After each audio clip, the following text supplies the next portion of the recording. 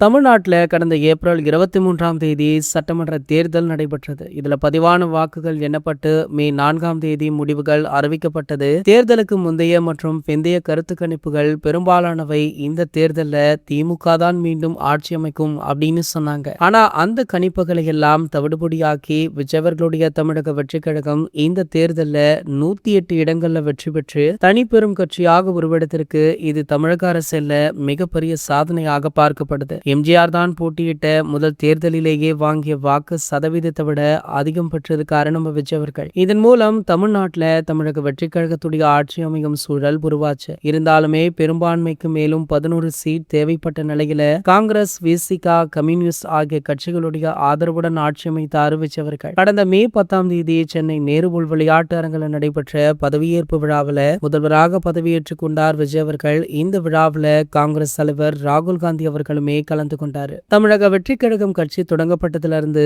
பெரும்பாலானோர் சொன்னது விஜயவர்கள் சினிமாவில மிகப்பெரிய சம்பளத்தை விட்டுட்டு மக்களுக்கு நல்லது செய்ய வரார் அப்படின்றதுதான். அதன்படி பாத்தீங்கன்னா அவர் சினிமாவில கடைசியாக நடித்த படத்திற்கு ரூபாய் 275 கோடி சம்பளம் வாங்கி இருந்தாரு. தமிழ் சினிமா வரலாற்றுல இவ்வளவு பெரிய தொகையை வேற எந்த ஒரு நடிகருமே வாங்கியதே கிடையாது.